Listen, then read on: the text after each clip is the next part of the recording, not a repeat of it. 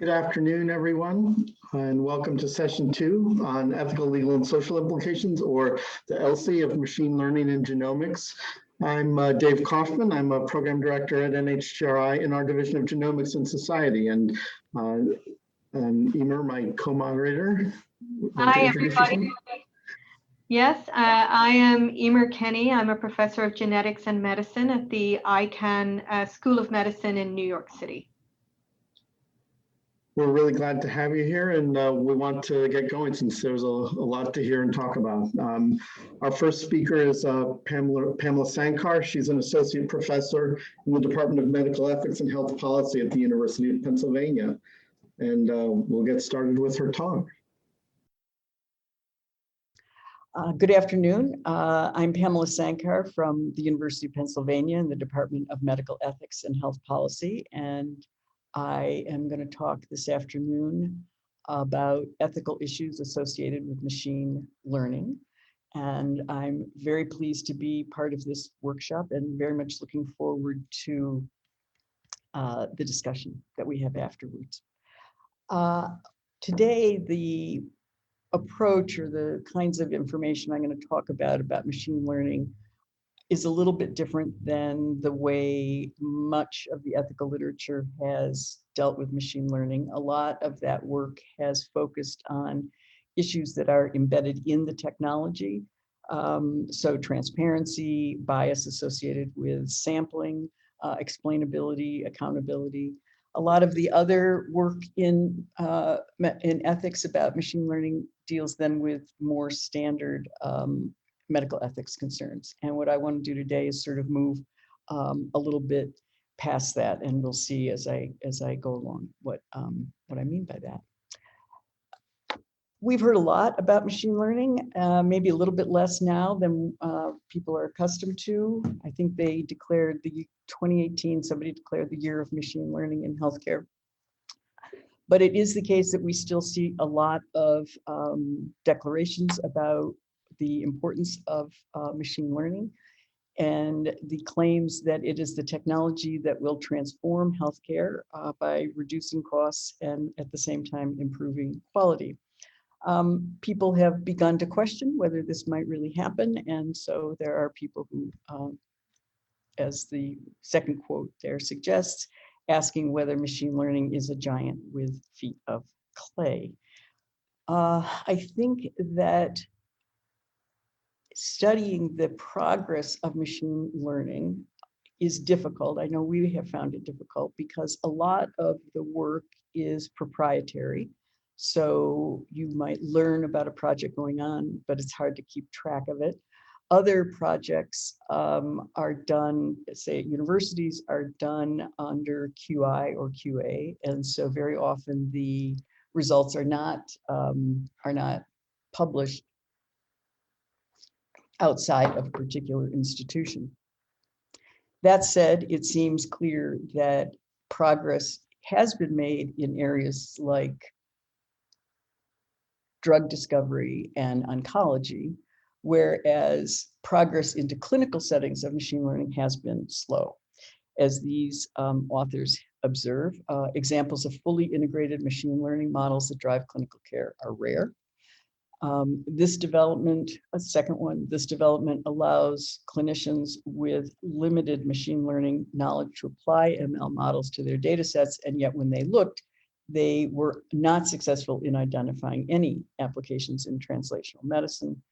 And the final one said, given this impressive array of studies, it is perhaps surprising that real-world deployments of machine learning algorithms in clinical practice are rare. So one question that we were interested in figuring out is why the clinical applications were slow. I'm working on a project right now with Dr. Mildred Cho at Stanford, funded by NHGRI, by ELSI. And in it, we are interviewing people doing machine learning development for applications in healthcare settings. And I'm going to review some quotes from these interviews that address the question of why clinical applications might be slower than applications elsewhere. One reason is that the people doing a lot of this work are unfamiliar with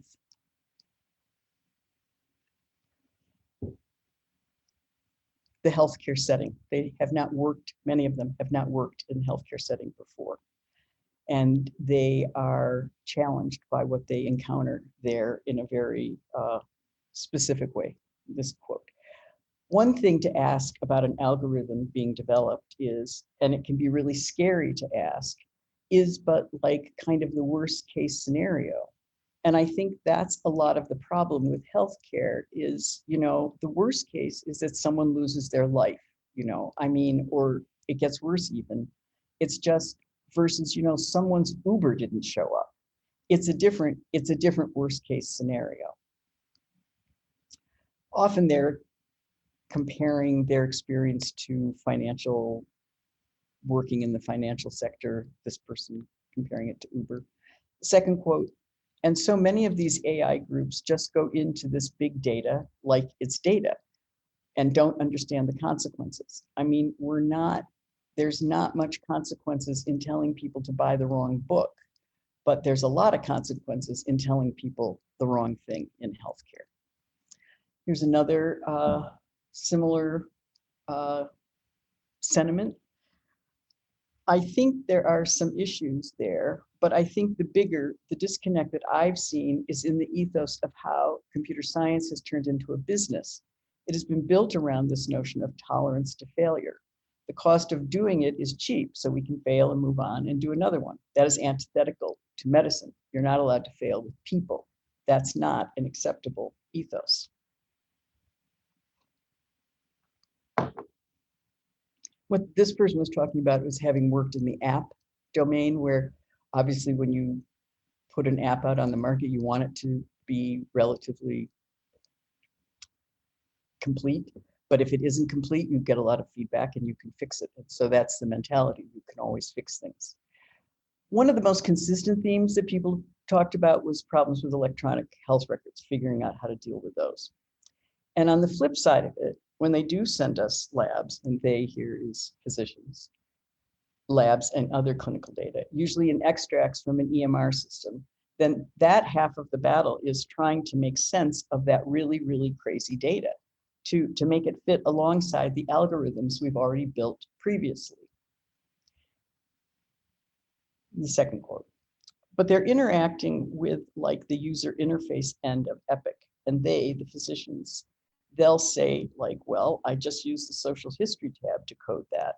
But then we're looking at massive data tables in the back end and trying to figure out where all the stuff that they charted ended up.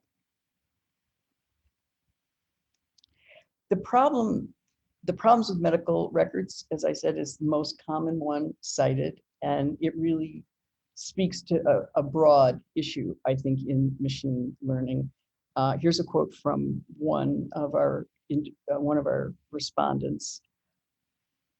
We need clinicians caring for patients, not entering data into systems, which for the most part do nothing with it. But this is a completely backwards approach, right?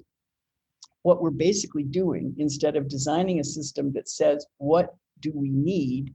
Let's go make sure we have that data. We're saying, okay, why don't you, doctor, nurse, enter a ton of stuff, of which probably the majority is not very useful from an ML standpoint.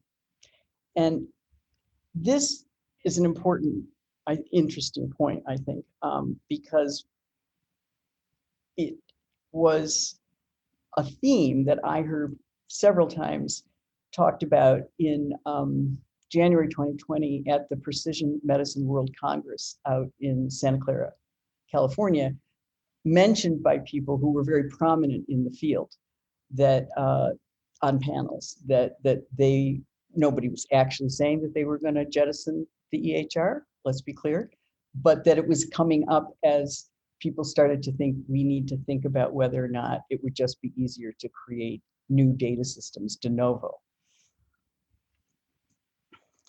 Another set of issues that our respondents didn't bring up really, but I think is important to recognize, is that there is a sense from internal to the information sciences that the research that they're doing is not rigorous enough. And these are two examples. A rigorous review of articles reporting studies of deep learning performance against healthcare professionals in detecting diseases from medical imaging reported that of 82 studies that qualified for detailed analysis, only 4 provided physicians with conditions that mirrored real clinical environments. So that might be a problem when you think of all of the studies that have come out recently saying that machine learning outperforms physicians at various tasks. You might want to look carefully at how they created the conditions for the physicians and the machine learning. And then this second one is an essay on the pitfalls in machine learning research, which opened with the claim that research progress was hindered by reliance on ad hoc design, process, poor data hygiene, and a lack of statistical rigor in model evaluation. So all of these things suggest reasons for factors that are slowing down progress in machine learning in the clinical setting. The machine learning developers were unfamiliar with healthcare challenges. They were animated by a different ethos and bewildered by the complexity of and the multifunctionality of medical records.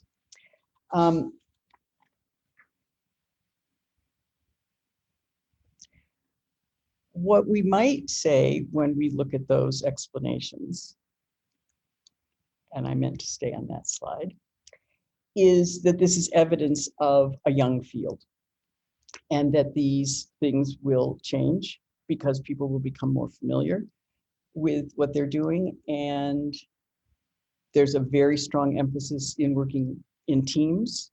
And I think that is also something that will amend some of these issues. But there also is something more here that I think is interesting to look at, because the only salient feature is not inexperience. It's how did this experience get so close to healthcare? How did people whose expertise is in getting you connected to your Uber end up designing algorithms to detect risk for diabetes?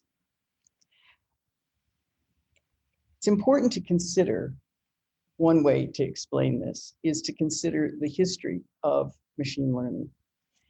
And machine learning was developed as what we would call a general tool. Machine learning was created to be a general tool designed for general purposes in a general context. Machine learning emerged from efforts to create a capacity for computers to learn from their own operations using data being processed from streams of information fed back by satellites to credit scores, As it evolved, success was judged in part by how readily it could be adapted across work settings.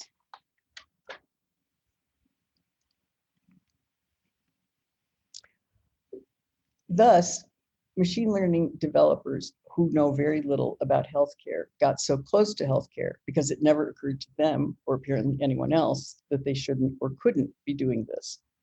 Moving from finance to healthcare would be no more difficult than it had been to move from finance to marketing. The hammer would find its nails, data would be wrangled, and algorithms trained. They look only or primarily at the tool, not at the context, and they're unprepared for the complexity that healthcare has provided.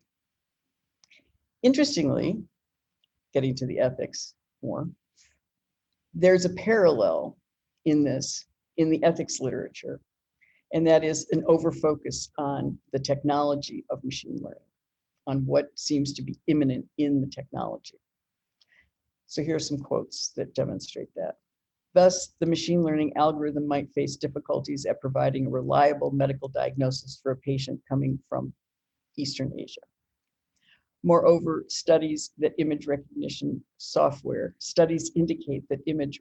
software is prone to develop biases. Next one. If algorithms trained on data sets with these characteristics are adopted in healthcare, they have the potential to exacerbate health disparities. And finally, standard machine learning can acquire stereotyped biases from textual data. And in all of these, the machine learning is reified. The people are removed. The solution proposed in these articles, the most common solution proposed in these articles, is to pay careful attention to the samples used in test data sets. And that, of course, is the right response. The question that I want to ask is, what does this kind of a response imply? What does it say in terms of how to pay attention to health disparities in the context of machine learning? The focus on the tool as the source of the problem suggests that problems can be solved by modifying the tool.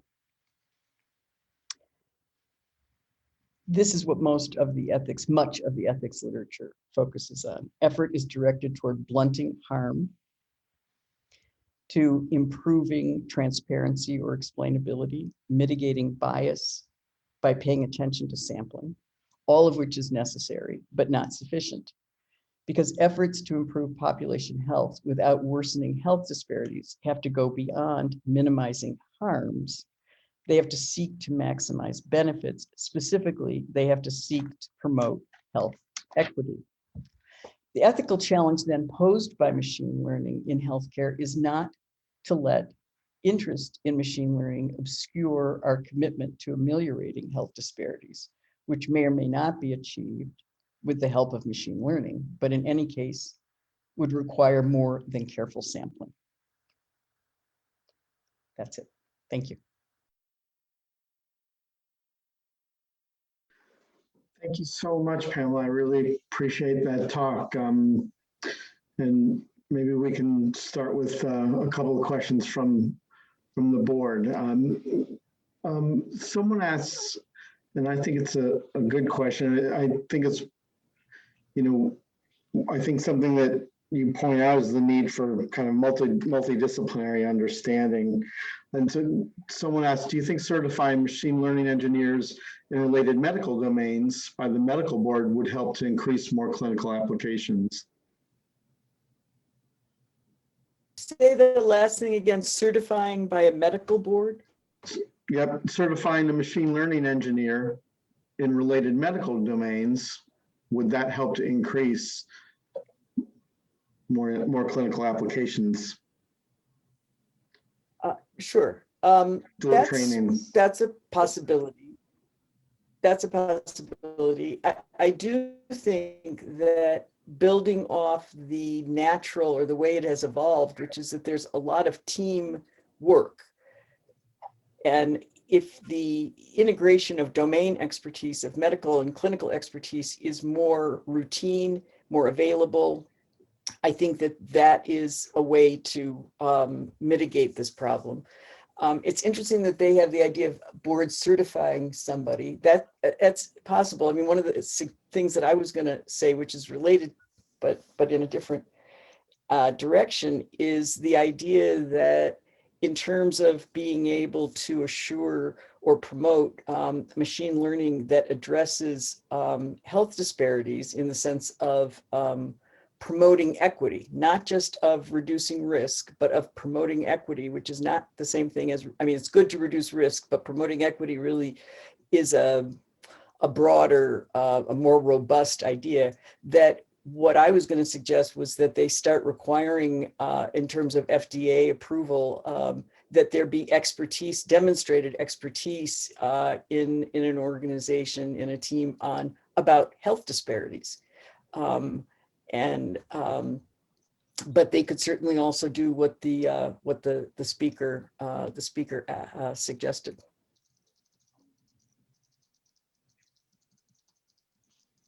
Thanks. Another question is, how do you think the landscape of ML and AI in healthcare might be affected by the entry of big tech, which already manages so much of the data in the healthcare field? Big tech has essentially created the current landscape of machine learning. It has so profoundly shaped what's going on, because even if certainly there's a lot of work going on in academia, but when you leave academia, and even with academia, many of the projects that are being organized now are through partnerships, many of them with venture capital. And the relationship between venture capital and big tech is very intimate, and it's not like it's two spheres. It's venture capital incubating ideas that then big tech takes over. They're very closely related, and it makes for a very disrupted field. It's very hard to require certain kinds of regulation and certain kinds of planning, because so much of the work takes place in these isolated, small, isolated from the perspective of researchers. I'm not saying they're isolated, but in these small startup organizations. So big tech has shaped what we are now seeing, and they've been there for 4 or 5 years at least, maybe longer, I don't really know, but they have shaped the field very strongly. In fact, it'd be interesting in the discussion to hear from people who are working in academic settings or at the VA, places like that, where their organizations have made contracts already with Apple, Microsoft, Google, Facebook, et cetera. It's created the landscape as we now encounter it.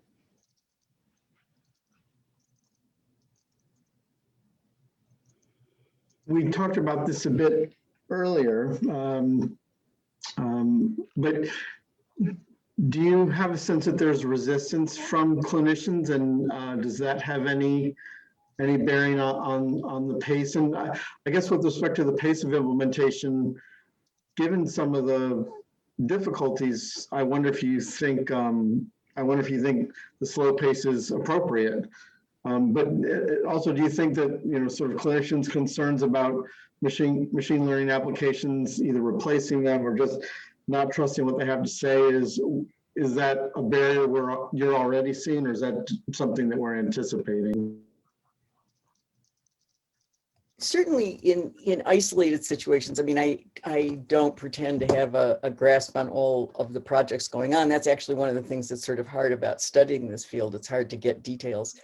But certainly there are examples of physicians that are resisting. But there's also many, many examples of physicians that are participating and promoting it. I think that some physicians accurately sense that the machine learning they're being asked to implement is not designed properly for their context. And that's an important thing. I mean, one thing I want to make clear is that the people that we're talking to now, almost all of them are not affiliated with academic centers. And so they're probably unlike many of the people in the audience. These are people who really come out of machine learning. And a lot of the work that they've developed, the algorithms that they've developed not entirely on their own. I mean, they have domain expertise, they have physicians, but they're working in a way separate from the healthcare context that it suggests a reason that it explains why they often come up with applications that physicians resist. But I'm not sure that the physicians are resisting it so much because of the sort of traditional predictions that, oh, it's going to replace me, so I don't like it. I think there's distrust, but I think the distrust is based on experience, not on belief. Thanks. And maybe a follow-up to that. Shub, I see your question. I kind of want to hold it for a bit later because I think more people are going to talk about that. But a question that I got from some of the panelists, do you think that I think touches on that is whether you think increasing the interpretability of the models is going to increase trust in translating them into the clinic? A related question. Sure. Yes. Do people need to, an argument we have with genomics sometimes is that not all providers need to know everything about genomics. And one could say the same thing about an ML model, but does there need to be some level of understanding? Sorry to interrupt you. Oh, no, that's okay. But it's a networking process, right? And so no, not every single practitioner needs to be able to interpret it, but those practitioners probably would like to know somebody who can interpret it. And so it's time, it's over time. It's like the more physicians become expert in this, the more physicians who understand it, there will emerge within the profession, within healthcare, a sense that, oh, well, these people do understand it. Because of course, there's many, many technologies people use all the time that they themselves cannot explain. But that doesn't mean that they don't trust them. But the trust is built through watching other people use it, having institutions approve it, having a record of good outcomes. So I think interpretability will help that inner core. Enhancing interpretability will help the inner core become more trusting, and they'll understand it better. And as the inner core becomes more trusting and understands it, then chances are, not to predict everything, but it will diffuse out. I mean, that's true of technology outside of healthcare. That's just a process. There's opinion leaders, and then it goes off into the broader group of people. And as long as there are no serious problems, well, there will be some somewhere, I'm sure. But I think that the general trend will rely on people's networks and people's acquaintances or the professional organizations they're associated with.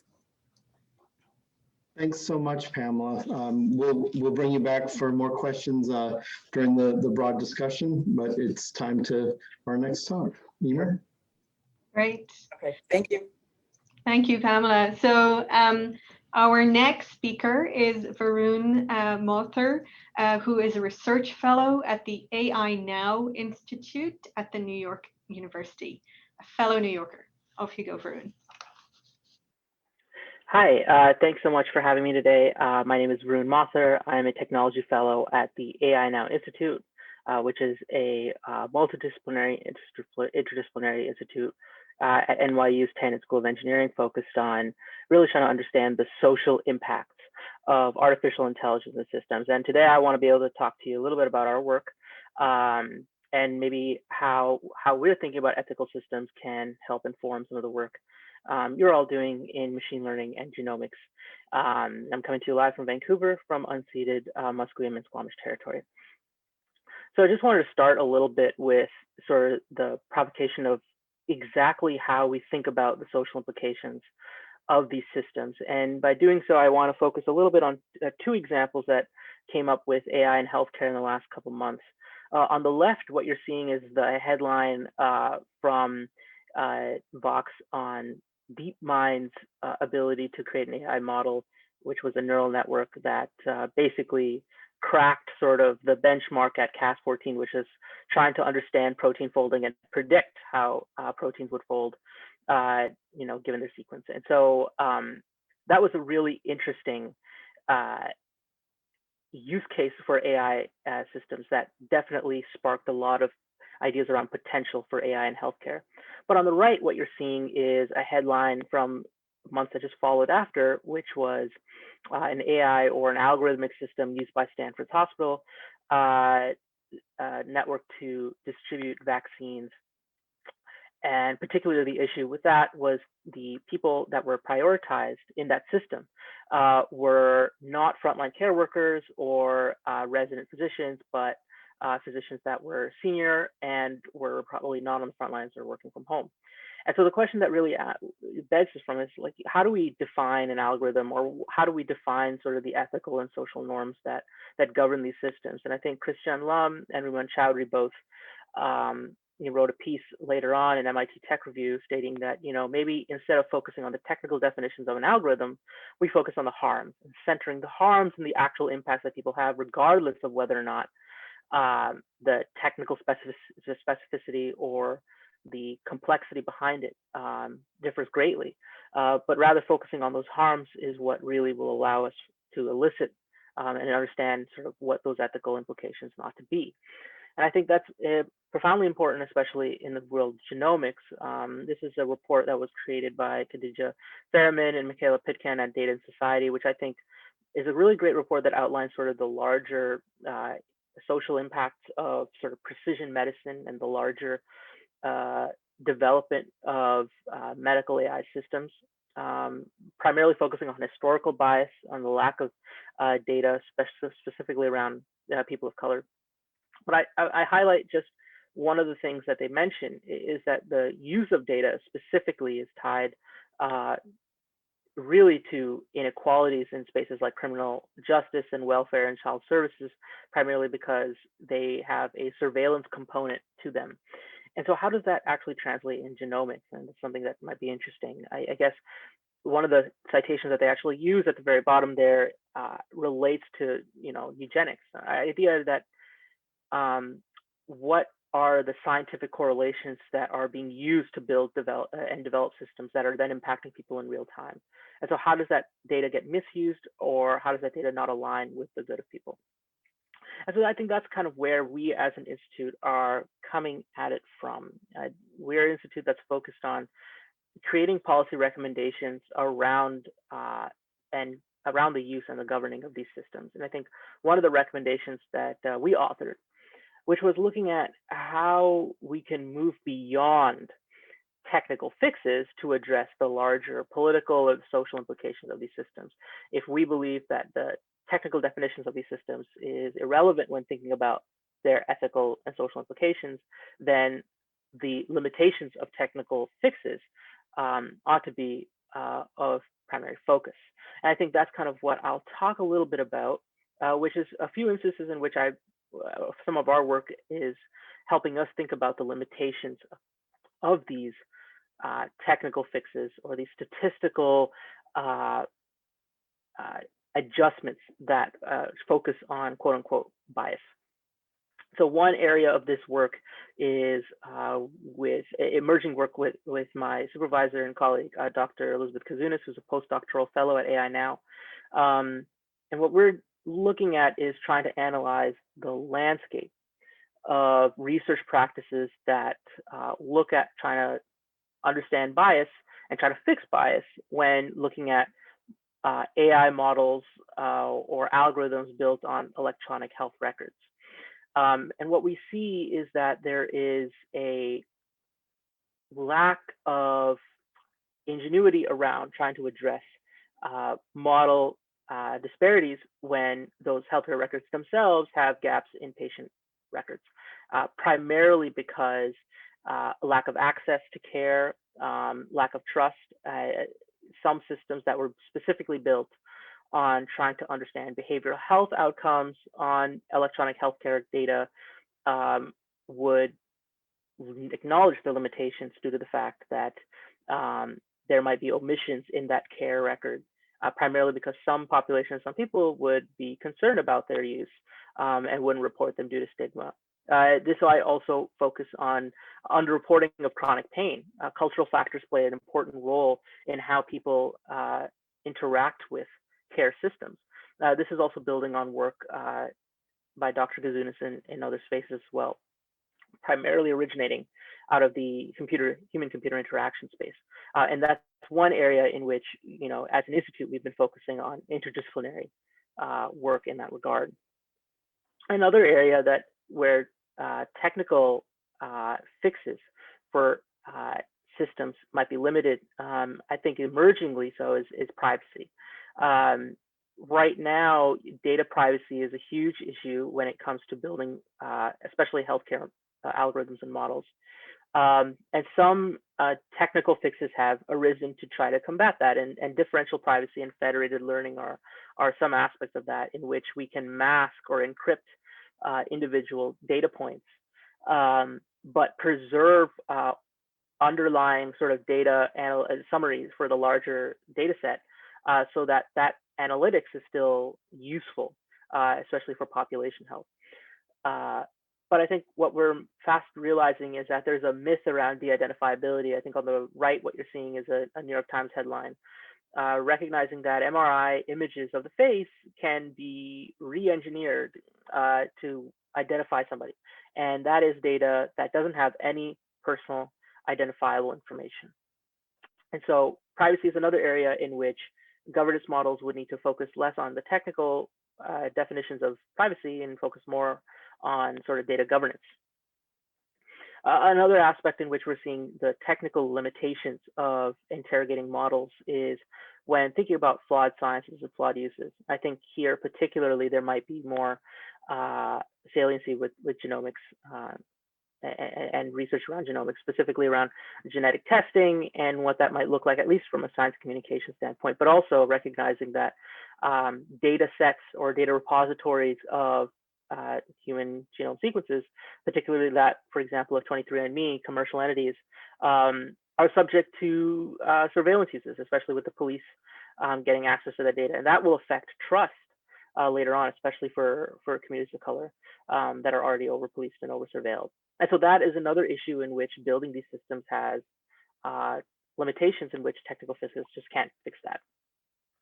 Here's a more egregious example of that, actually, where a company by the name of HireVue, which helps employers interview employees and find hirees online and provide software for interviewing over video conferencing, decided to create an AI system that would then help the employer identify certain metrics in the video conferencing or interviewers that are providing answers by doing facial recognition and then detecting emotion to see if those metrics of facial expression will then translate better to job performance if they're hired.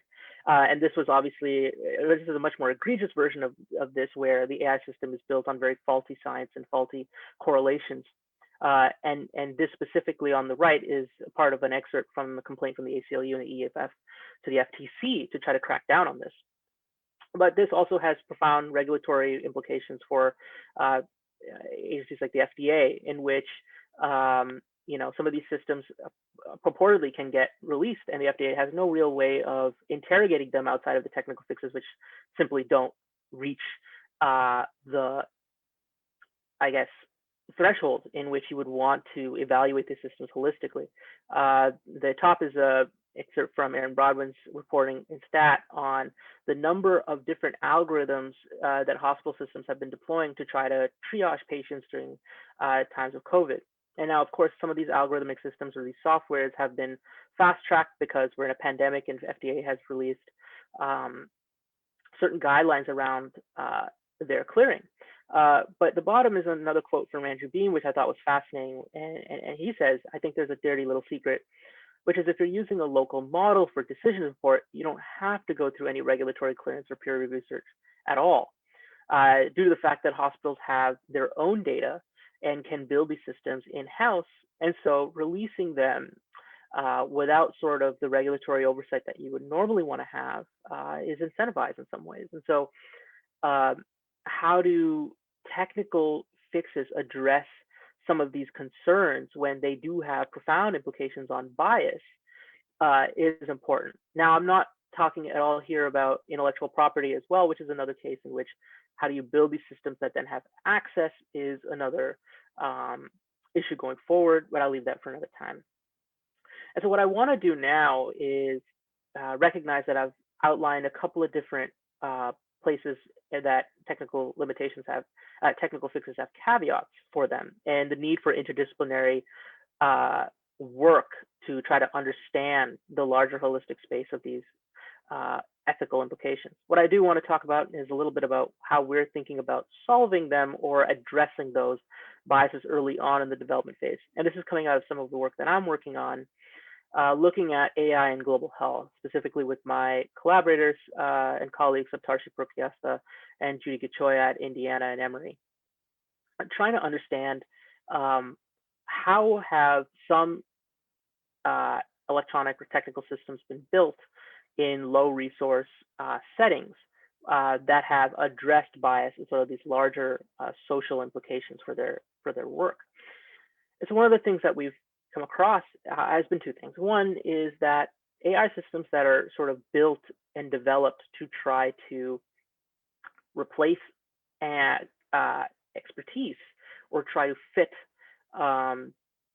areas in which capacity just does not exist has less saliency and less uptake compared to systems that are much more fixed on capacity building. And that agenda is defined or has been defined largely by the communities that require these systems in the first place. And so recognizing that what has been termed in the field participatory design, i.e. that communities that are impacted or seeing these systems deployed in their own settings, having a say in how they're developed is an important part of that. And so what we're recommending from looking at some of these successful implementations of mHealth tools is that participatory design has an interesting approach and a value in designing AI and ML systems for healthcare. Now, this isn't without fault. This is a paper by Kensing and his team in Norway that I think is really fascinating if you have a chance to go through it, detailing the story of building a commercially viable mHealth tool in the healthcare space by bringing those stakeholders, including patients, to the development table early on to try to identify where those bias aspects or those social implications might be able to be headed off before they're developed, deployed, and then realize that they have to pull back some of the problematic inferences that are being made.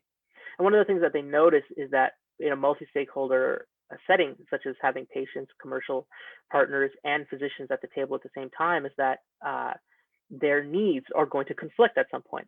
For example, in this paper specifically, they detail how the ML tool is specifically about reporting for cardiovascular events for the patient, and so communication offline or online between patients and physicians.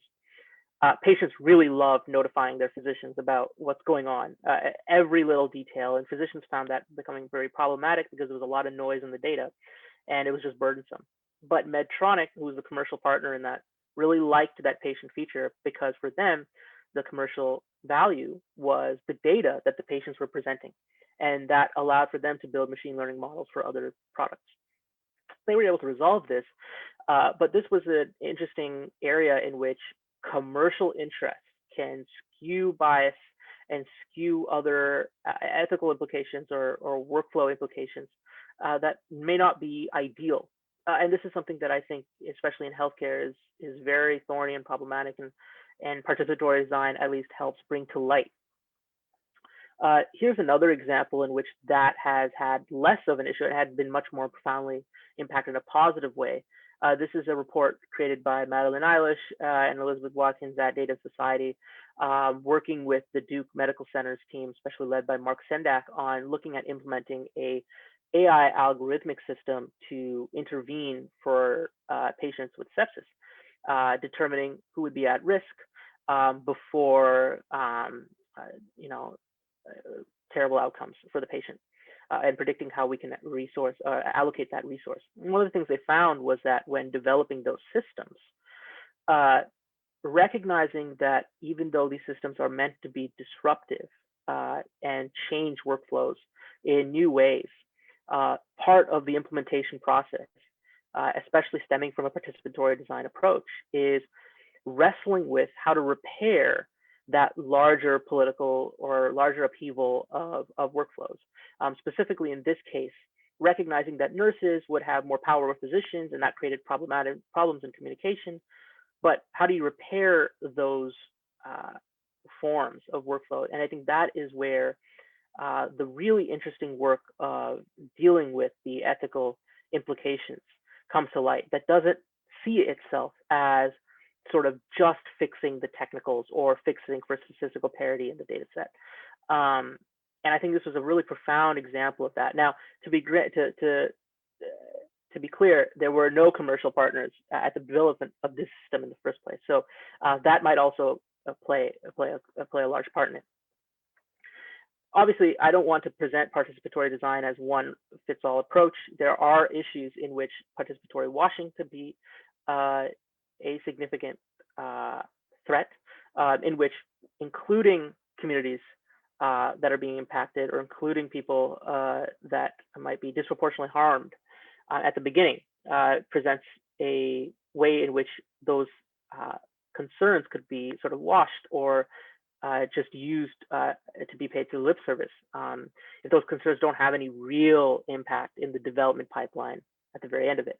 And so participatory design has been a new and fast approach in the ML and AI ethics space. but there are concerns, specifically due to power and the politics that they play.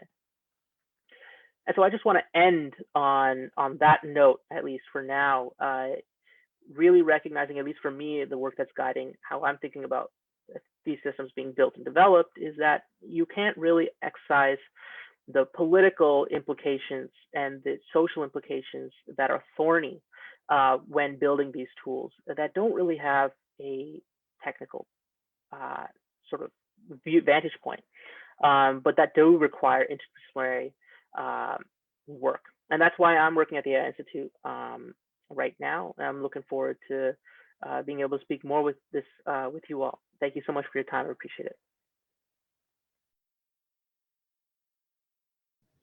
Thank you very much, Varoon, for an excellent talk. So I'm going to start with a question that maybe springboards off a question that Subhashini Chandras Kiran posed, I think, for the last speaker, and we'll come back to Q&A, but really a little bit more tailored for your talk, which is you noted that we should be wary of participant washing, as you said, in community engagement efforts. So do you have thoughts or examples of what more effective community engagement strategies might look like, or at different parts of the development pipeline? Yeah, absolutely. Thanks for that question. I think if I'm thinking about it, and to be quite honest, this is partly in the early research phase, so I don't want to be too prescriptive. But from what I've seen in terms of successful implementations, and I'm specifically thinking about the sepsis watch algorithm at Duke Hospital System led by Marcus Sendak, as well as two of the examples that we highlight in our workshop paper on looking on global health implementations. One was having clear guidelines around what the commercial incentives and who's coming to the table is really how you gauge that, and who defines the agenda, right? If the agenda is about building a tool that is meant to optimize resources on the health system's point of view, right, then whoever you bring to the table is not necessarily going to have the best leverage in defining that agenda if it's heavily skewed towards hospital use. So that's where participatory washing can become a threat. Whereas if agenda setting comes from the ground up, whereas patients are able to define that need just as much as other players at the table are able to do so, then I think there's a chance for bias and transparency and fairness to be wrestled with upfront. So that's those are the kinds of things that I'm seeing work from the beginning. But there might be other ways, and I think that's ongoing work, and I'm excited to see what comes out of that. Great. Another question that came up in the box, so it wasn't so much a question, it was a comment from Heidi Sophia, and the question of privacy, since there is no true anonymization, just de-identification, but we're coming across myriad ways now, and this is certainly something we've tackled in the genomics community for many decades, about re-identification using biological data. Now we can think about this using imaging data, using natural language processing over text data in health systems, and how these things can compound. So what are your thoughts on how we go about assessing, measuring, and what are the balances of risk versus benefit in that scenario? Yeah, so this is a really interesting problem. I think for me, the way I'm thinking about it is more in the accountability and regulatory space. I am also someone who, looking at some of the research right now, believes sort of in like the myth of de-identifiability in this current world that we live in, where disparate data sets, I think it's already been shown, and I'm thinking about Zach Cohen's paper, I believe, that does this, where they took two different data sets, stripped away personally identifiable information, and they were still able to link records, right? And that's just, one clear, that's a very isolated example. I think linking data sets and linking information from a variety of different places is already happening at the federal level for a variety of other things. And so protecting patients' privacy using federated or distributed learning systems can only get you so far, I think, based off what we're seeing. The best way I would say about thinking about that has been trying to step away from individual privacy, because I think what ends up happening is that once you only frame the problem as an individual patient record privacy problem, you are inherently going to start increasing monopolies around that, right? So whoever actually owns the data then doesn't have to share that or whatever can be. And so therefore systems, and this is where big tech I think is going to really feast, in which they don't need to worry about that at a particular level, especially when they're building partnerships with health systems and they just want to acquire the algorithmic model rather than the data set themselves, which they can do. And I'm thinking primarily about the issue with Google and partnering with Ascension as a health system, where individual health privacy was addressed, but the larger issue of antitrust wasn't. And so who gets these models and who gets to build them, and that power dynamic then gets shifted to the wayside if individual privacy is necessarily put at the fore. And I think doing that also allows you to protect patients adversely affected by models. Thank you. So we're going to have to wrap it up now for time, but we'll come back to some of those questions in the questions later. Okay, thank you. Back to you, Dave. Thanks so much, Varoon. Our last speaker of the panel is Danton Char. He's an assistant professor of pediatric anesthesiology, perioperative and pain medicine at the Stanford University Medical Center. And in his spare time, he thinks about machine learning and AI.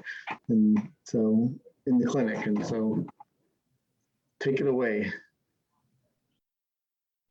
Thank you very much for having me. I'm going to talk about identifying and anticipating ethical challenges with machine learning for genomics, ideally before they become consequential. Much of what we know about artificial intelligence, or at least what we're thinking about within the healthcare space, comes from non-healthcare contexts. So 2017 was a very bad year for AI and ethics. We already knew, like this example from the often cited ProPublica article about the bias of the Compass recidivism software, that bias inherent in training data could be reflected in an algorithm. Very quickly in 2017, we also had the Cambridge Analytica Facebook scandal that raised issues about privacy and targeted information, as well as the Uber's gray wall algorithm designed to avoid regulation, and the Volkswagen emission scandal, in which they built an algorithm to try and avoid emissions regulations as well. It didn't take much reading into the Mueller report to realize that there were also very significant geopolitical algorithms getting deployed to try and target information sources within the United States, as well as potentially infrastructure within the United States. This all holds true within the genomic space as well. This is the last month's report from the Director of National Intelligence, looking at collection of genomic information by other actors around the world. I don't mean to signal out China in particular, and I don't think it's alarmist, though, to say we simply don't yet know the full extent of the risks to individuals or to groups of individuals posed by either multinational corporations that are collecting precision health information and genomic information and attempting to monetize it, or by other nation states that don't reflexively adhere to Athenian ethics filtered by the British and American centuries. Even if you don't think that geopolitics or economics are really the direct focus of the ELSI area of research, I think that the trust questions raised by this type of ongoing collection of data are. I want to take a brief detour into my own research. So my K award from NHGRI has involved looking at implementation of genomic information into the care of critically ill children, particularly children with congenital cardiac disease. One of the surprising findings from our research is that for bedside clinicians, the chief use of, or appeal of use of genomic information is allowing earlier declaration of futility, as well as informing decisions about withdrawal of care or rationing of scarce resources like organs for transplantation. And this is a neonatologist saying, for us, one of the more immediate benefits of genomic sequencing is we could have that discussion with the parents and change our goals of care to comfort as opposed to prolongation with futile intensive care. These findings have borne out as in implementation studies of as genomic sequencing has been deployed in pediatric critical care contexts. Clinicians have found the use of genomic information for withdrawal of care to be the majority, the most useful use of that information. We've now completed a national survey looking at how clinicians caring for children with congenital cardiac disease would change their clinical recommendations based on genomic information they receive. So this is for a child with hypoplastic left heart syndrome, clinicians' likelihood of recommending surgical palliation, ECMO, or transplant candidacy based on genomic information that reveals either a chance of breast cancer, a childhood onset cancer syndrome, intellectual disability, or autism. This is also from that survey looking at genomic information that would reveal severe DiGeorge-associated schizophrenia and the impact on the decision to recommend either ECMO or transplantation.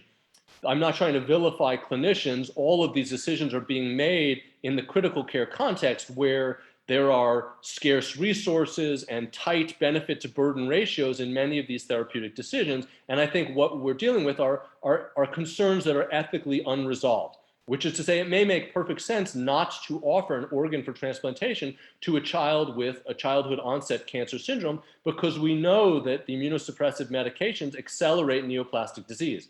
However, not offering ECMO or not offering surgical palliation are ethically more problematic, similar to not offering transplantation or ECMO or palliation to children with severe intellectual disability. And it requires some discussion because it's ethically unresolved. Having these ethically unresolved concerns in this space has led to some issues of concerns about power disparity and concerns about distrust in parents. And these are interviews from studies we've done with parents. This is one mother saying they've probably spent over $4 million on her child just in the 2 years of the transplant, pre-transplant, post everything. If we had known about his mutation, his genes being bad, if we'd known about it in advance, I always think, what if they had declined to treat him? And another parent saying, if there's pre-existing conditions or the potential for conditions to come up in the future, how much does a medical institution invest in helping somebody that's potentially going to die? This is another parent stating explicitly, we see distrust across the board in all of our institutions. You see it with the measles outbreak, the anti-vaxxers, there's distrust in pharmaceutical companies, there's distrust in the mega industry of healthcare. This will all get worse and more intense with genome testing. In many ways, I think that the critical care space is a microcosm of healthcare more broadly. It deals with issues of difficult ethical decisions, resource constraint that we have now unfortunately seen over the course of the past year with the pandemic. We've seen our entire healthcare system have to face resource constraint and difficult decisions about allocations of resources. And I think what we're seeing is increasingly august bodies like the American Medical Association now acknowledging and expressing concern about the erosion of trust in healthcare, as well as what strategies need to be put forward to try and combat the misinformation that feeds upon this distrust. So now that we have a sense of what we don't want ethical concerns with machine learning to look like, what do we want machine learning to look like in an ethically appropriate way? This is Alka Patel's work from the Department of Defense. In 2018, they recognized that there were concerns about use of artificial intelligence in modern warfare and governance, and came up with these 5, through modified Delphi studies that they did at several institutions around the country, came up with these 5 principles that they thought ethical artificial intelligence should adhere to, that it be responsible, that humans should be responsible for the outcomes, that it be equitable, that it avoid harm and unintended bias, that it should be traceable, which is to say that it be transparent and auditable in its methodologies, its data source, and its workings, that it be reliable, that we know where it should be deployed, and that it be safety tested across the entire cycle, of use in that domain, and that it be governable, that you could detect unintended harm, that you could detect when it was not doing what it was supposed to be doing, and that humans could disengage it. In 2018, also, Michael Abramoff got approval from FDA for the first fully autonomous diagnostic system in healthcare. This is the IDX system to diagnose diabetic retinopathy. As part of his approval process, much of the scrutiny from FDA focused on ethical concerns. And working with Michael, we came up with these 3 additional principles we thought were appropriate for machine learning tools being applied in the healthcare space. The non-maleficence, that it not do harm, that patients benefit, that it improve clinical outcomes, that autonomy, that patients still controlled their healthcare, that liability for the AI system malfunction should be related to the degree of autonomy with which it's used, and questions of ownership of data. Who owns the training data it was based on? Who owns the data that it collects and generates? As well as equity, absence of bias, fairness in distribution, and access to benefits for all groups. Earlier this year, with the National Defense Authorization Act, White House interagency coordination of AI, including over ethical concerns, was created. I don't know if the principles from the Defense Innovation Board or the FDA will be the end point of what we think ethical AI will be, but I think it's likely that the White House interagency coordination will draw on the FDA and Defense Innovation Board work as what we think AI should do moving forward. This is a quote. There's an old saying that a problem well phrased is half solved. This much is obvious. What's not so obvious, however, is how to put a problem well. I got this from Chris Feutner at University of Pennsylvania. And I think in many ways, the easier part of the problem may have been figuring out what we want AI to look like. What's harder is that we don't have a methodology to how to identify ethical problems emerging with AI being deployed early. The current model for ethical evaluation is largely a cadre of expertise or of experts who evaluate ethical problems. And there are several concerns with this, but chiefly for the deployment of machine learning, which is happening on a broad and vast scale, it simply won't scale to the volume of AI that's being developed. In the same way that we can't have just 1 or 2 experts at any institution who know how to do a randomized controlled trial, I think we need to have, as part of implementation science, some component of implementation evaluation that evaluates ethical concerns early and gives space to affect change. Chris Feutner, Michael Abramoff, and I put forward this beginning of an idea of what such an evaluative methodology would look like, anchored in, and this is the left column, the idea that design and development of any new technology moves through a series of processes from conceiving the idea to ultimate implementation. And that as part of each of these stages, a series of design questions get asked. And that these design questions can have ethical implications. And that how different stakeholders affected or designing the machine learning tool or using the machine learning tool or deploying the machine learning tool would answer these questions reflects their different values. So to use this idea does require 6 premises, which I believe, and I hope that you will agree with, which are that multiple stakeholders can be impacted by any machine learning tool, and these stakeholders can be identified by examining the design and deployment context. Stakeholder groups have different values and explicit or implicit goals for a machine learning tool that should and can be ascertained. The process of design and development of a machine learning tool involves making a series of decisions. How a stakeholder makes these decisions or would want these decisions to be made reflects their underlying values. And this draws on work in values and design by like Shilton, Bray, Mandersweets, Johnson, that where stakeholder groups disagree or their values are at odds about resolving these decisions, where values collide are where ethical problems are most likely to emerge in future. And that while some of these value collisions may mark novel ethical concerns that require a cadre of experts to address, many can be resolved by drawing on prior scholarship on similar or related problems. And that simply identifying them is a long way towards addressing them. So this is an example from non-healthcare. This is the first self-driving car accident with an Uber self-driving car where a pedestrian was hit. And in analysis, it was felt that Uber drivers had wanted to smooth the ride and had to do so had reduced the number of false positives. But obviously in reducing the number of false positives, they corrected to a point below which it failed to recognize a pedestrian at night walking a bicycle. And certainly although the stakeholders involved with the design of the car and deployment of the car wanted the smoother ride, other stakeholder groups that are potentially impacted, pedestrians, would have wanted a higher safety threshold. And so this is the kind of value collisions that then could have ethical implications. As I've done additional work on mortality prediction or just general predictive analytics, this is with Nigam Shah, I think we've reduced it to 3 interacting data elements in the predictive analytics space, which is where ethical concerns can arise, which are the model and the output it provides, the workflow into which the model output is introduced, and the policies for allocating an intervention at a certain output recommendation by the machine learning tool, and the benefit-harm trade-offs of the recommended intervention itself, and that value collisions can occur at any of these 3 elements. So I want to briefly touch on a case study as we've tried to analyze deployment of a machine learning tool using an anticipatory methodology to try and identify addressable ethical concerns early on.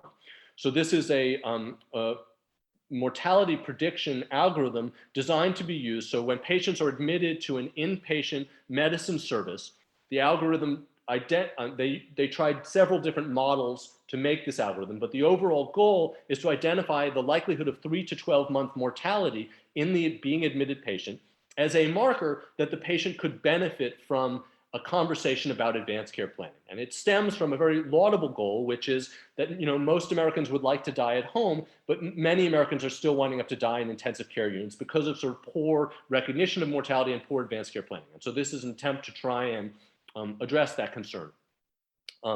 This is work by Natalie Deutsch, who's working with me. She's now here at NHGRI, looking at all of the stakeholders impacted or potentially impacted by deployment of this machine learning algorithm, design and deployment of this machine learning algorithm. And she kept joking that this is like one of those, in those detective TV shows where they have like the string attaching to the different photographs, that this was our detective web of everybody who was impacted. So having identified these stakeholders, we then conducted a series of interviews of clinicians, designers, administrators, as well as patients, and identified multiple areas where they had value collisions. And in the interest of time, I won't go through each of these details, but there were 3 big areas where they ran into collisions. One was perspective on the use of mortality prediction for end-of-life care. And the collision is, palliative care clinicians pride themselves on their prognostic skill and felt that having numeric support in the likelihood of near-term mortality would benefit them.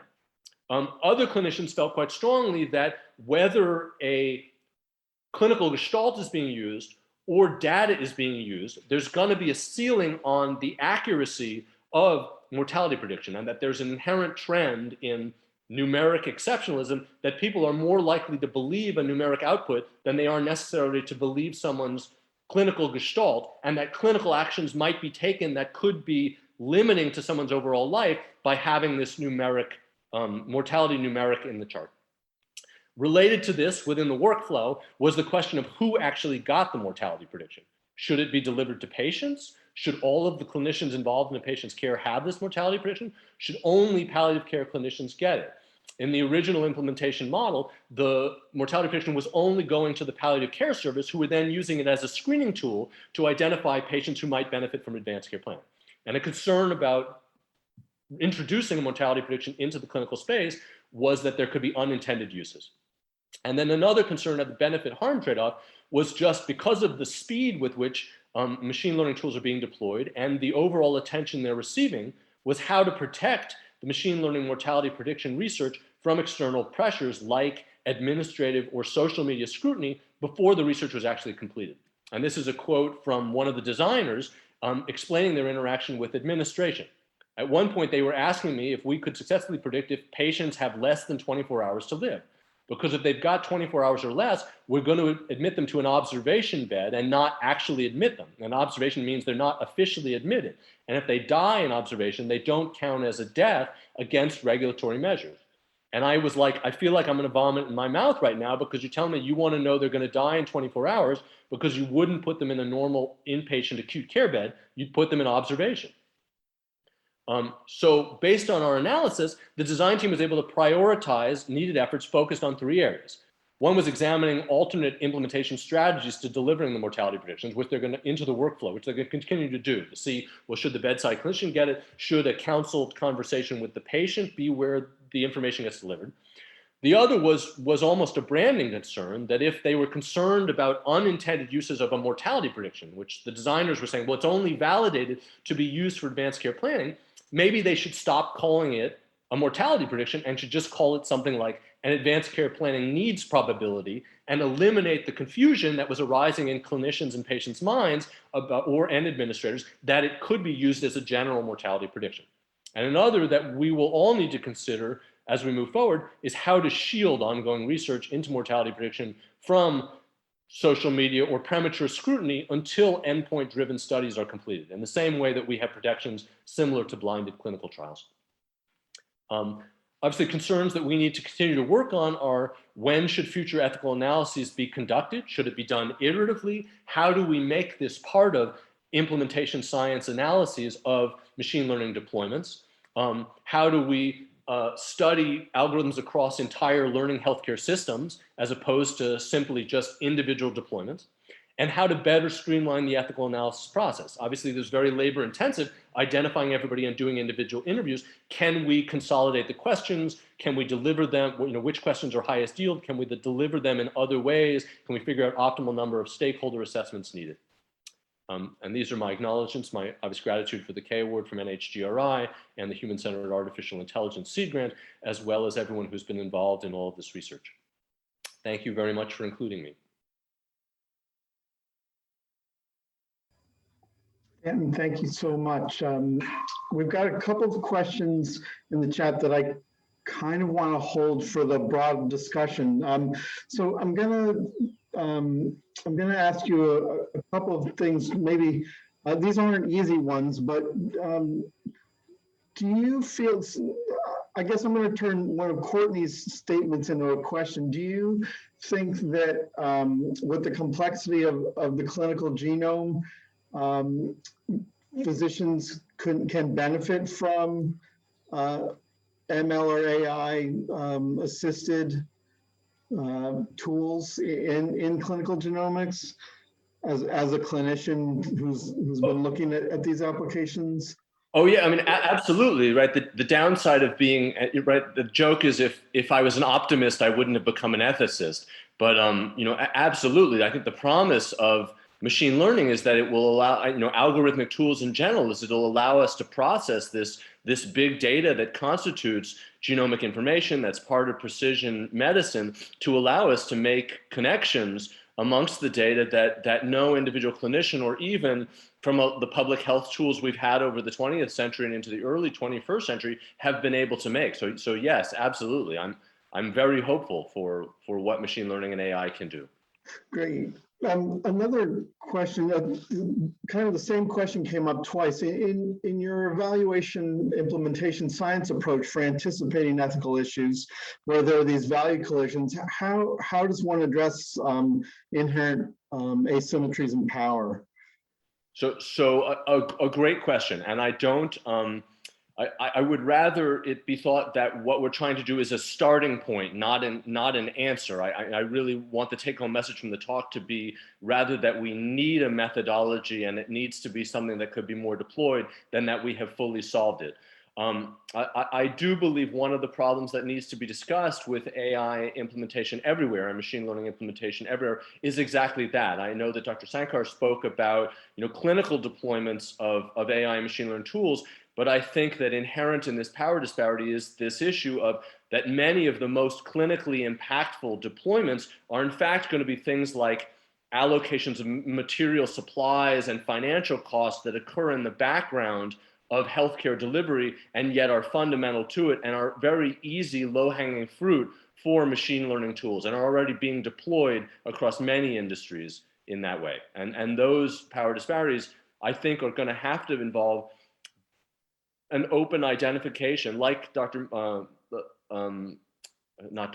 just Varoon talked about before, that we'll have to identify who all of the stakeholders are and what their likely beliefs and what they want out of the deployed system to be. Thank you. That's a very thoughtful answer. I guess maybe just touching on the example you were touching on at the end. Well, let me ask a different question. You know, you and Varoon both sort of, actually everyone sort of talks about the importance of the context, the clinical context that these algorithms enter into, and you know, and you can certainly break the context or the finding, you know, that the machine learning comes up with just may not fit into the healthcare system. And so, you know, our healthcare systems are incredibly complex, right? And heterogeneous. Do you think that machine learning's ability to incorporate and address heterogeneity is something that can help to overcome, you know, can the conclusions that a clinical decision support algorithm come up with, can they incorporate and transcend the heterogeneity of care, or is the heterogeneity, and is that a strength of these applications, or is it too much to overcome? I think, unfortunately, my answer is yes and yes. Yeah. I think that we're in a tremendous sea change now. You know, much of the ethics that we've thought about in healthcare has been largely dyadic, right? A relationship between a patient and a clinician. And I think that we're now in a sea change where really the relationship is between a patient or a cohort of patients and a learning healthcare system model. And I think that these machine learning tools, algorithmic tools, are fundamental to the successful implementation of a learning healthcare system, which has all of the promised benefits that we were talking about for genomics, of being able to analyze data from 30,000 feet in a way that no individual clinician could ever see, and yet also will have real problems in the delivery for the individual patient, and making sure that all of the protections and the compassions are inherent. I want to touch on that too, because I think it's fundamental to the problem that you guys are having, like with the All of Us project as well, which is, you know, the very tension is, how do you get successful access to all of this data and use all of this data in the way that it promises to be used, while maintaining the protections that you would want as an individual, without making those protections so restrictive that the research or the promise of analyzing the data can't be fulfilled. I really appreciate that response.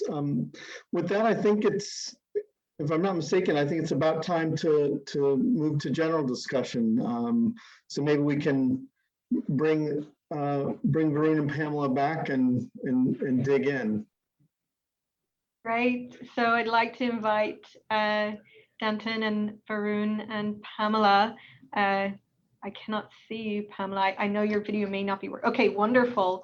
Back. Well, Pamela, just to let you know, you are there. Great, perfect. Okay, so look, just a fantastic job by all the speakers and some really lively discussion, and it's about to get livelier. So, you know, much of the three talks that we heard this session were really focused on healthcare applications, where we all know that a lot of the time the stakes of getting the wrong answer are pretty high. Yeah. So just to kick this off, thinking about where we are in the field of ML, AI, and precision medicine and genomic medicine, who do you think are going to be the early users in the health system? And is it likely to be providers, or is it likely to be other users? And, you know, maybe even to flip that question on the head a little bit, thinking about where are the thresholds where getting the wrong answer might be less of a concern, or where are the thresholds where getting the wrong answer is of the highest concern? Who would like to jump in first? Varoon? Yeah, I can jump in a little bit here, just based off of what I'm seeing in terms of that.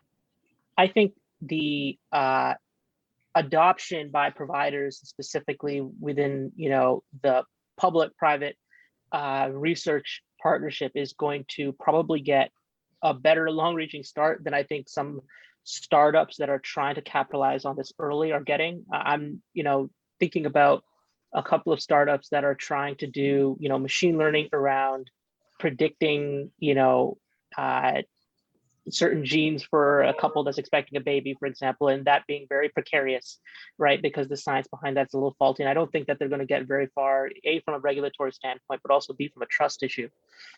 So I think where the NIH and other places see potential in funding and bringing that to laboratory science, I think that's where the potential is going to be. I think the first real use case of this is going to be. I suppose one question is use in what way? Because as I said, I think that the clinical applications are going to be slow in coming. And I think that given the kind of work that's required to create them in a way that is useful, it's massive. And therefore you can expect that it's health systems that will eventually take something that looks like a good idea and turn it into actually the new routine way to handle admissions that look a certain way or discharges that look a certain way.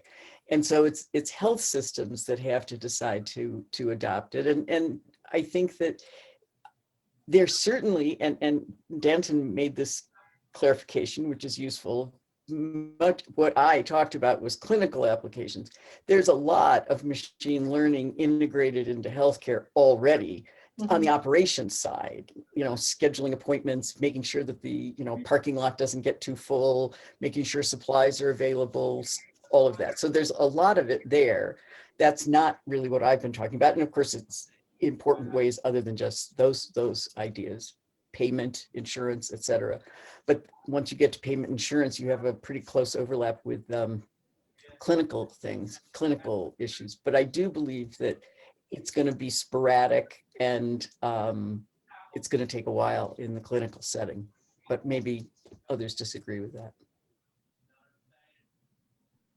Certainly, I agree that one of the biggest problems is going to be not just the algorithmic output, but its impact on workflows. Absolutely.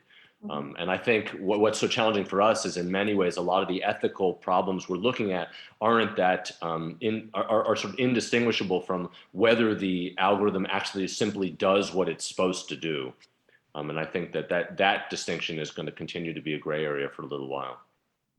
Or does what it purports to do, rather, right. not necessarily what it supports to do. Yeah. So and then what's very important there is that it's going to take a long time to be able to see that. And the issue vis-a-vis health disparities is what then becomes very important, because it takes a long time for these things to play out, which is why I think it's really important that people put thinking now into formulating better, not better necessarily, any very clear strategies about what it means for ML to take not just health disparities, but to take the goal of promoting equity, to use that as a motivating goal that is apparent across the pipeline of the development of these technologies. Because to wait until you actually see how it plays out, which in some sense we have to no matter what, but to wait to see what happens is going to be a mistake. And I think that that's an important feature of all of this. Yeah, certainly in our work, looking at you talked about reification.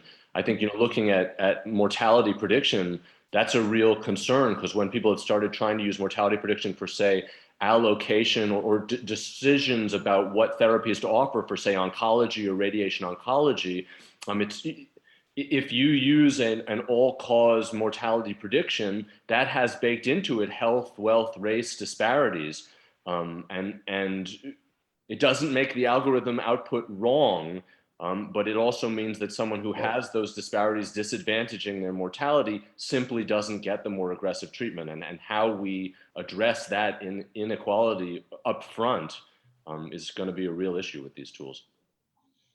Yeah, I mean, that's certainly something, Pamela, that you said, and I'm sort of paraphrasing, it's something along the lines that efforts to improve population health have to go beyond minimizing harms and actually have as a goal achieving health equity. I hope I didn't butcher that. But also, Danton, in your talk, you emphasized this as well, that we're really, that's a goal, but we're really lacking the methodology for metrics of success. So we don't know when we've achieved it. So what do you think would be the maybe good enough measures that we could start to deploy, or is there any, so that we can try and get this trade-off for, we may not understand very well, but we have a goal of detecting health disparity early to course correct early. What are some approaches that we might take for that?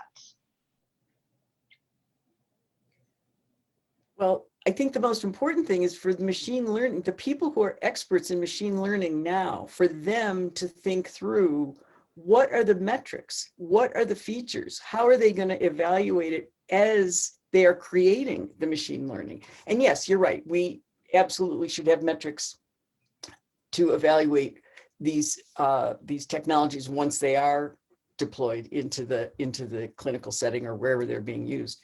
But I think my point now is that the onus, I don't know the onus, but where we need to be looking is to encourage, facilitate the attention by people doing the machine learning now to figure out exactly where these things need to be integrated. Because to create a machine learning algorithm and application it's multiple steps.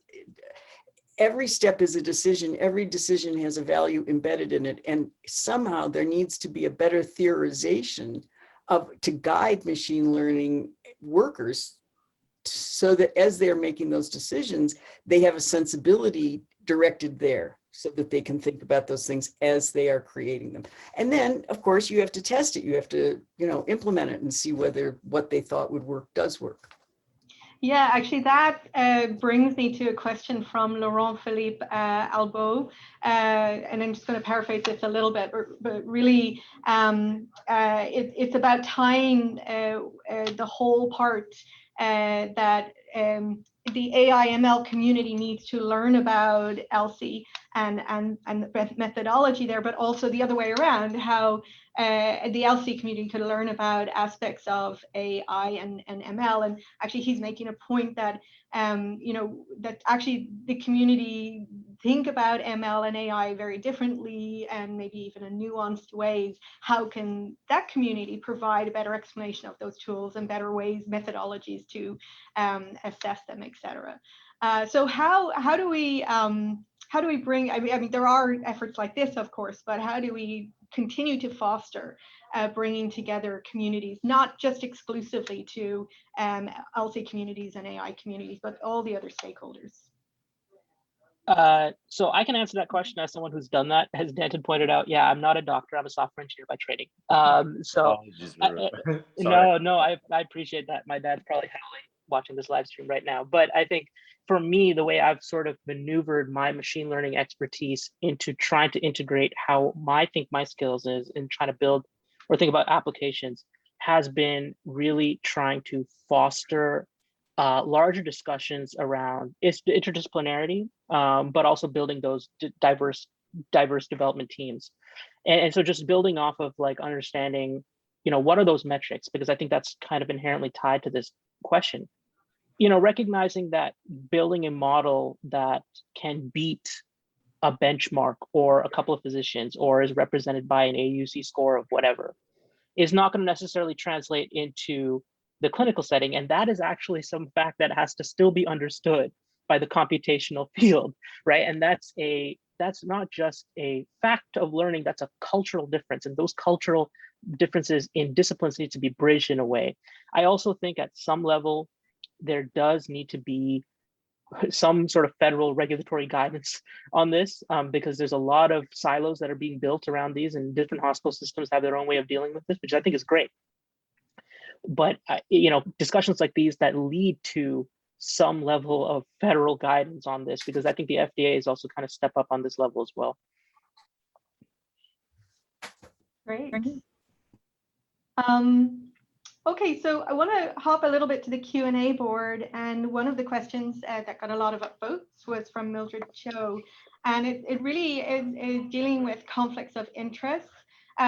So how can any conflicts of interest between developers of AI and machine learning and the end users in healthcare, how could these conflicts be mitigated, particularly as we're in the absence of robust regulation and evaluation and governance? Anyone care to?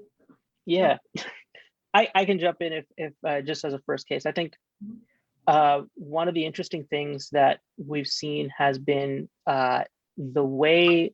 So I think this is pertinent when it comes to big technology companies partnering with hospital systems. There seems to be confusion around what kind of data is being shared. I'm thinking about the NHS and Google's partnership. There being confusion around patient data being brought into Google after Google acquired DeepMind. So the acquiring of companies and how does that data, patient data, travel in those instances is not clear. That information is also not clear in the business contracts that many of these companies signed to. So there was a whistleblower actually that reported in The Guardian on the fact that Google developers could see patient data when working with Ascension, right? And so I think that's kind of the conflicts then arise with, well, what are the actual incentives that are building these partnerships together, and who's getting what out of what? And I think potentially borrowing conflict of interest practices around how doctors maybe report around their funding from pharma, et cetera, there may be something there. As someone who's just kind of been trying to understand from what's publicly reported and how to tie those things together, that would be, I think, a start. Thanks, Varun. Any other thoughts? Go ahead, Pamela.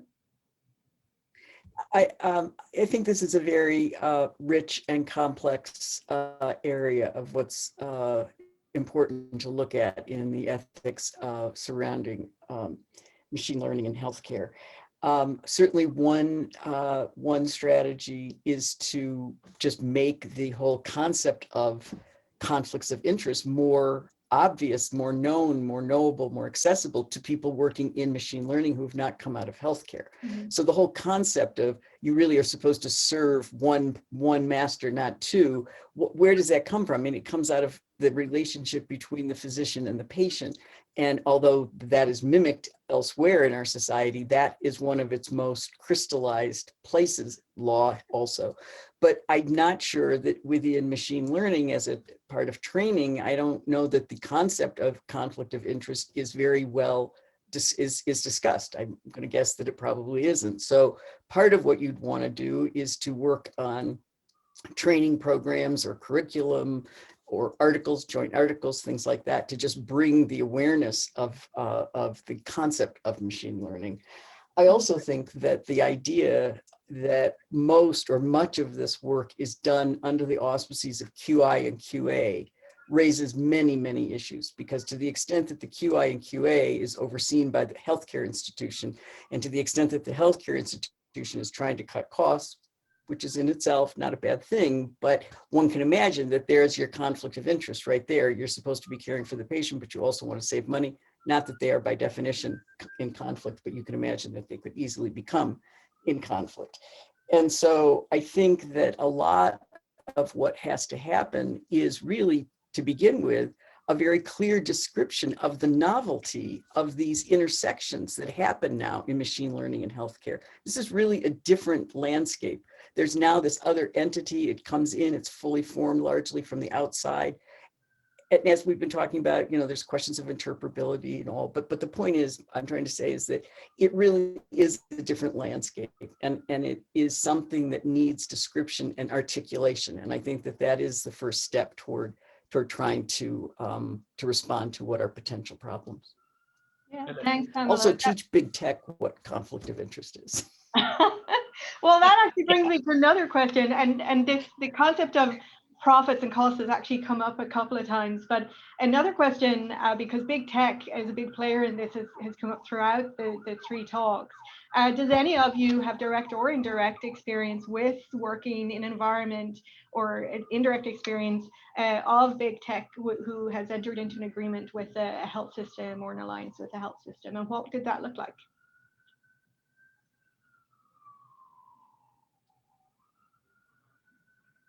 Maybe the answer is no.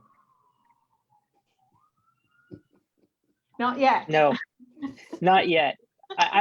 So I was associated with Microsoft as their data science for social good fellow, but we didn't work with hospital systems on developing machine learning tools for public policy planning. Though I should probably talk with the team members that did. I want to throw it a little bit back to the board because we've just got some great questions coming in, and one of them I just saw from Elizabeth Green, and now I can't find. Oh yes. Okay, so how can physicians and others find incentives to legislate or set policy? For example, that all machine learning and artificial intelligence must use open source coding and transparent algorithms and all the types of good practices, fair reproducibility, and or that corporations are prohibited from developing medical applications because they lack a required healthy conscience, for example.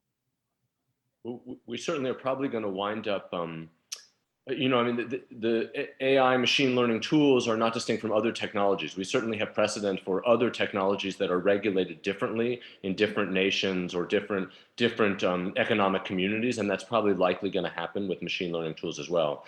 I think this touches a little bit on Dr. Cho's comment and, you know, what both Varoon and Pamela were saying and were asking, which is the cost and the financial components and what they impact. I mean, obviously the chief driver of these tools moving into healthcare space now is either profits can be made through synthesizing data in a way, you know, providing a service that previously has been unprovidable, or by streamlining and downsizing costs by reducing previously very expensive labor workforce. And so when harm can be demonstrated by either of those, whether the harm is economic, it will probably bring the companies into line to address those concerns, or if the harm is really direct to patients and unconscionable, will probably bring up regulatory control of these. But until either of those, I think that those are the main paths that we'll have to try and address concerns. How does that play out in a landscape where early either big successes or big failures are likely to be more heavily weighted and will have a bigger impact either on adoption or non-adoption of some of these solutions? Well, both. It's probably going to lead to a context of timidity and temerity, which is to say, I think that may be part of the driver as to why there isn't as much aggressive clinical pursuit into the clinical space. Because simply it's not as low-hanging fruit. And I also think it leads to a variety of problems, right? So like the IDX system that I was part of, the goal is to try and capture patients who previously are not accessing healthcare for diabetic retinopathy screening, right? The goal is to increase the catchment of marginalized populations.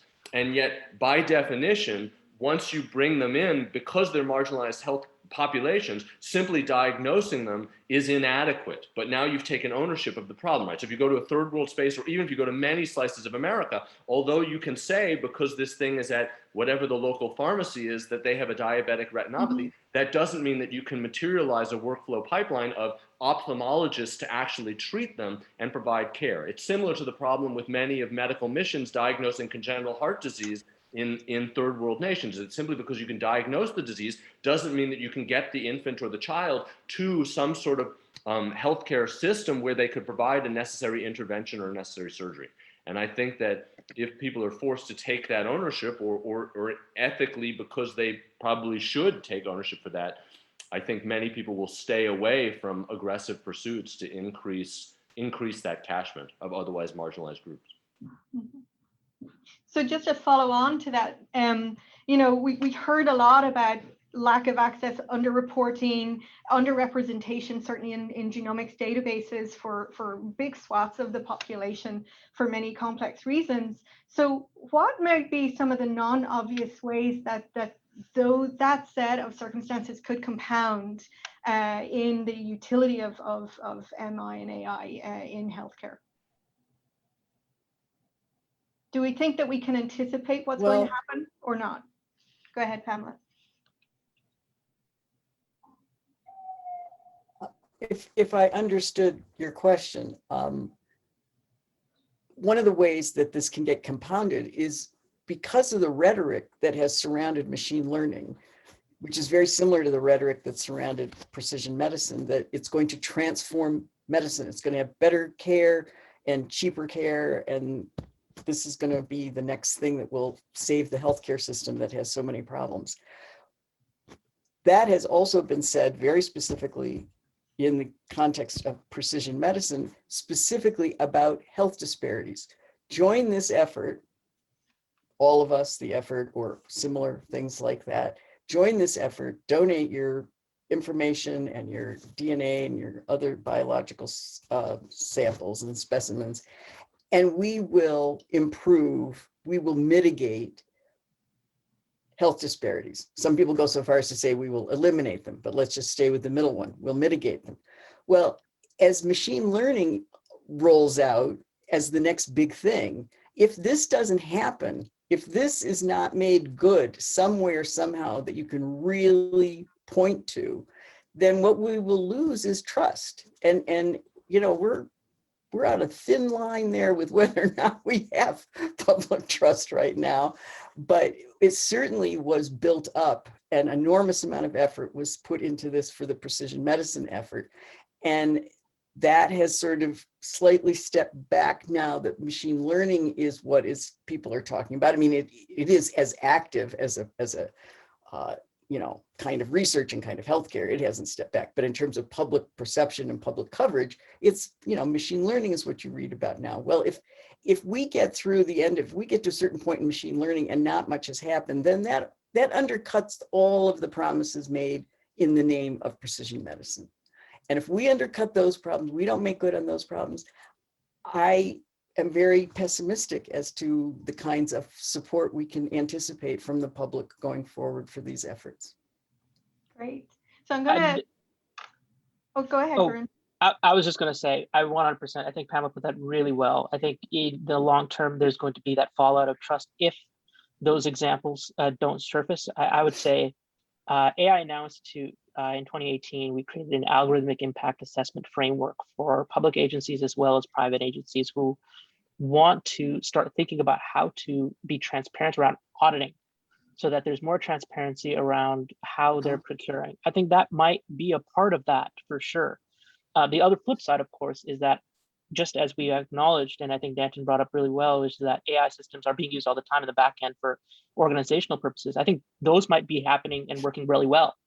And so there's the adoption and the trust issue as well. It works well for you, but what about for us? And that might spur on a little further on if that's not the case. But I think Pamela put it really well, and I couldn't agree more. Great. So I'm going to go back to the Q&A board, and maybe there's a lot of questions coming in about regulation. So I'm going to maybe try my best to distill this into two parts. One is there examples of existing regulation and legislation, maybe some other domains that we can co-opt or tailor into this domain to expedite that? And the second part of that, is it possible to craft policy with enough teeth to get through all these built-in layers of obfuscation and heterogeneity in the systems? Who's brave enough? Well, there is policy. There is policy now. I mean, the FDA is rolling out its policy, and I have to say, I know in the last 3 or 4 months they've made some changes, so I should be better up on it, but I'm not. But they've been testing different ways of regulation, and the very specific distinction is the way that the FDA has governed or managed regulated medical devices in the past was based very much on the assumption that the device was a physical entity, and that you assessed how it was researched and how it was tested. And then as that entity, it went out into the market. And of course, they might make small changes to it, but essentially the entity was the entity. And as it was dispersed across various clinic settings, you could see how it worked, and you could assess it and say, oh, well, you know, post-deployment, post-marketing, there's a problem, and bring it back in and assess it. The problem, of course, with machine learning is that by definition, not all, but most of it, and certainly one of its strengths, is that it continues to evolve and to iterate. And so what they decided to do, at least as a test, is to certify the company, certify the people, certify the process through which the machine learning is created. And so if it hits certain benchmarks, the idea is what they have created will be useful, ethical, safe, etc., effective. Yeah, I think that's a really complicated thing to do, because that's one of the things we've been researching. We've been talking to people about how they think that would work in their companies. And given the widespread lack of familiarity with healthcare Yeah. and the values and principles that inform healthcare. It's a problem. Yeah, it goes both ways. It's harder to regulate and harder to defend on the other side too, right? It's a software, it's not a thing. Well, I think we've got 1 minute before we're due to finish up. So I'm going to start, just end with a final, just quick fire question. In your opinion at this point, who or what should governance data? So Eimear, could you repeat the question? Who or perhaps what should be responsible for data governance in health systems?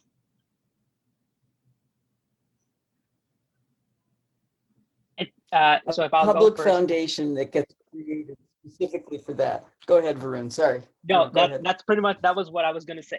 It starts at that level, but I think that there has to be accountability measures that have to come from the federal level, I think. Yeah, the federal, I mean, hopefully with this new legislation that passed in January, I mean, the federal government is the single biggest repository of healthcare data between CMS and the VA system. It's just rendering that data in a way that's intelligible to, big data analyses, and working through this issue of what we surrender when we engage with such federal systems. But this is more maybe like Glenn Cohen or Michelle Mello would be far better expert at this type of stuff than I would. Great. Well, with that, we're right on the button at 4:55 ET. And thanks again to all our panelists. And I will pass back to Trey. Thank you so much. Thank you. Thank you, guys. Well, this has been quite an engaging day. I'd like to thank all of the speakers for great talks. I'd like to thank the session moderators for leading very engaging discussions, to the audience members for joining in and asking lots of great questions, and also to all the people behind the scenes who kept everything running real smoothly. So I think throughout the day, we really saw a broad range of applications of machine learning to genomics, ranging from basic science applications like protein structure prediction and elucidating regulatory relationships, to clinical applications such as looking at trying to diagnose genetic diseases in neonates. And we also heard about a very broad range of methods, including lots of neural net methods that have been adapted from image processing and language modeling, like convolutional neural networks and graph networks and transformers. And throughout all of this, I think there's a number of key recurring themes that we saw. And Trey is going to discuss a few of those in the next couple minutes. Next 1 minute, yes. So Mark and I have been making notes all throughout the day. And just to highlight some of the key points we heard, starting with Eric Topol's keynote address this morning, how do we make the most of limited training data? You often have the case, especially in biology, where you have less data than you would like, especially as you move into the clinic. Eric and others mentioned the power of transfer, or so-called meta learning, for leveraging a big amount of data you have in one domain, such as cell line models or mouse models even, to build systems that can then be more easily transferred to domains with less data, like clinical settings. The other weapon you have against limited training data is you can run synthetic data sets using generative models. And we heard about synthetic data from multiple speakers today. Brad Malin talked about how it can protect privacy by synthesizing data, especially in the early stages of a project. Eric talked about how it can sometimes lead to better accuracy. Sarah talked about how it's necessary, absolutely, for some population genetics applications. Of course, there are general pitfalls of using synthetic data. Namely, you want to make sure you're not learning more about your data generation algorithm than about real biology. But nonetheless, there was a very interesting discussion about the advantages of synthetic data. The other interesting theme that arose during the day was explainability and interpretability. Those are absolutely critical. I think almost everyone agreed, especially in life sciences, where you care typically more so about explainability or interpretability than you do about prediction accuracy. It engenders trust in clinical applications, especially. Christina Leslie showed us a beautiful example of Deep SHAP for how you can directly interpret her model to identify functional enhancers of gene expression, and so on and so forth.